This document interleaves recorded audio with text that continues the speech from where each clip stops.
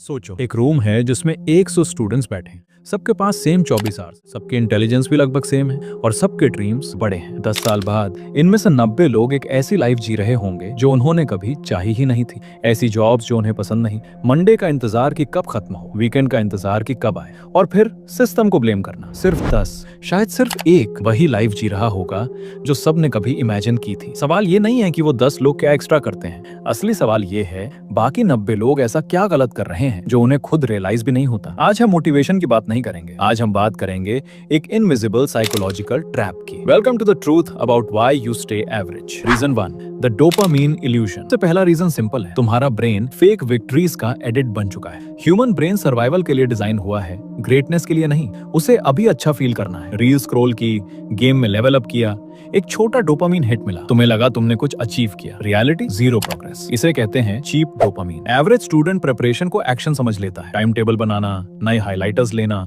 Motivational videos bench करना, सब productive लगता है, लेकिन एक्चुअल वर्क स्टार्ट ही नहीं होता। टॉप 1% का पैटर्न बिल्कुल ऑपोजिट होता है। वो एक्साइटमेंट नहीं ढूंढते, वो बोर्डम टॉलरेट करते हैं। जब तुम शॉर्ट क्लिप्स में स्टिमुलेशन ढूंढ रहे होते हो, वो साइलेंस में बैठकर बोरिंग रेपिटेटिव वर्क कर रहे होते हैं जो फ्यूचर बनाता है। लेकिन लेजीनेस बिगेस्ट प्रॉब्लम नहीं है, असली प्रॉब्लम और भी साइलेंट है, और वो तुम्हारे आसपास के लोग क्रिएट कर रहे हैं बिना कुछ कहे। Reason 2, the social thermostat. एक कॉन्सेप्ट है क्रैब बकेट थ्योरी। अगर एक क्रैब बाहर निकलने की कोशिश करे तो बाकी उसे नीचे खींच लेते हैं। तुम अपने 5 क्लोजेस्ट लोगों का एवरेज बन जाते हो। ये सिर्फ कोट नहीं, साइकोलॉजिकल रियलिटी है। अगर तुम्हारे ग्रुप में एवरेज होना नॉर्मल है, 70% मार्क्स ठीक है, कल्चर है, टाइम पास कूल माना जाता है, तो तुम्हारा सबकॉन्शियस तुम्हें उससे ऊपर जाने ही नहीं देगा। जब तुम इंप्रूव करने की कोशिश करोगे, एनवायरनमेंट तुम्हें वापस पुल करेगा। इसलिए नहीं कि वो तुमसे हेट करते हैं, बल्कि इसलिए क्योंकि तुम्हारी ग्रोथ उन्हें उनकी स्टैग्नेशन याद दिलाती है। एवरेज स्टूडेंट्स परमिशन का इंतजार करते हैं डिफरेंट होने के लिए। लेजेंड्स बस रूम छोड़ देते हैं। खुद से पूछो, तुम्हारी डिस्कशंस आइडियाज पर होती हैं या लोगों पर? अगर तुम्हारा सर्कल तुम्हें पुश नहीं कर रहा, तो वो तुम्हें केज कर रहा है। Reason 3, fear of looking stupid. तीसरा रीजन साइलेंट किलर है, जजमेंट का डर। हम फेल होने से कम डरते हैं,